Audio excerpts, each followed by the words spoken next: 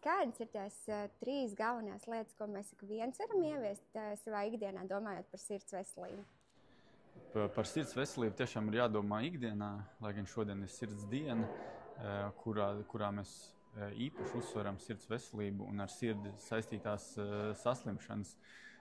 Ikdienā cilvēkam ir jādzīvo pēc veselīga dzīvesveida principiem, ir jālieto laba pārtika, ir jābūt fiziski aktīviem un, ja ir nepieciešams kaut kādas sūdzības, ir agrīni jāvēršās pie ārsta, lai agrīni diagnosticētas iespējamās sirds saslimšanas. No cik gadiem cilvēkiem ir īpaši jāsāk domāt par savu sirds veselību un kad ir jāveic kaut kādas pārbaudes gan sievietēm, gan vīriešiem, un varbūt arī kad vecākiem ir jāsāk domāt par savu bērnu sirds veselību? Par sirds veselību sāk domāt jau bērnam piedzimstot. Tāpēc ir īpaši dažādi izstrādāti algoritmi, kā tiek veikts šīs sirds pārbaudes, lai nepalaist garām kādas iedzimtas patoloģijas.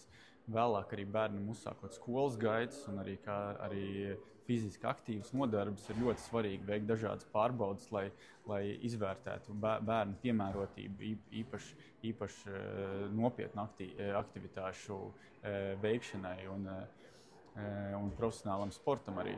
Bet tālāk jau ir katra cilvēka pienākums rūpēties arī par savu veselību, sekot tai līdzi, un nav neviens vecums, kad vajadzētu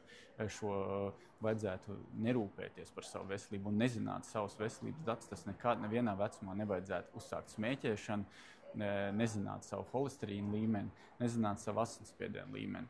Tā kā šīs ir tāda pamatlietas, kas ir jāzina jebkuram cilvēkam. Manuprāt, sirds slimības bieži vien saista ar tādiem gados vecākiem cilvēkiem, bet kādi ir varbūt tie pirmie brīdinājumi signāli, kas mums ir jāzina ikvienam un varbūt, kas mūsdienās piemeklē arī salīdzinoši jaunus cilvēkus?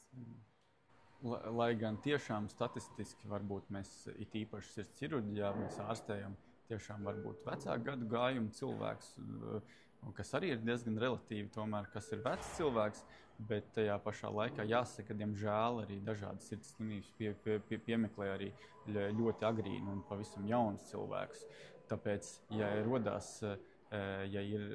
sūdzības par elpas trūkumu, sāpēm krūtīs, nespēku, ir laicīgi un nekavējoties jāvēršās pie ārsta, lai tālāk izvērtētu, vai tās ir pavisam nenozīmīgas problēmas, vai tas ir kaut kas pavisam nopietns, lai nopietnās problēmas izslēgt un, ja nepieciešams, tās laicīgi ārstētu. Mēs jau iepriekš pieskārāmies pie tā, ka ir fiziskās aktivitātes jāievieš savā ikdienā. Tad varbūt kādas ir tās no tava ārsta skatu punkta, kas ir labākās cilvēkiem un varbūt ko tu pats arī izvēlēs ieviest savā ikdienā? Fiziskās aktivitātes ir ļoti dažādas, ko var, protams, izvērst, un tas ir atkarīgs no gaumas jautājuma, bet svarīgākais ir to darīt. Vismaz 30 minūšu dienā viegla slodze būtu rekomendējama, vai viegla vai mērena slodze būtu rekomendējama jebkuram. Mans ieteikums būtu it īpaši cilvēkiem, kas nav tik ļoti uz tu ar sportu, tās būtu garas pastaigas. Ja, un tagad par arvien vairāk runā par spēka vingrinājumiem. Tas ir spēka vingrinājumiem trenažera zālē. Ja mēs raugāmies tieši uz tehnoloģijām un inovācijām sirds medicīnā, tad kādas tās ir, kas ļauj jau agrīnāk pamanīt šīs sirds problēmas un varbūt arī laikus novērst? Jā, katru gadu arvien vairāk un vairāk ienāk tehnoloģijas gan sirdsķirurģijā, gan kardioloģijā, gan visā medicīnā kopumā. Un ārstu uzdevums ir izvērtēt tās, kuras vislabāk un palīdzētu pacientiem.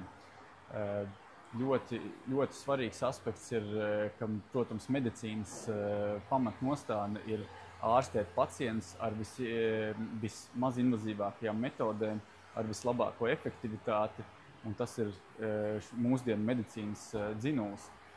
Ir ļoti svarīgi tikai saprast to, ka tehnoloģija izmantošana nedrīkst būt kā pamatmērķis, bet tajā pašā laikā es aicinu arvien vairāk izmantot dažādas tehnoloģijas arī pacientiem mājās, ja ir dažādi šīs viedierīces, kur var monitorēt savu veselības stāvokli, es arvien vairāk aicinu to izmantot, lai atvieglotu diagnostiku ārstiem.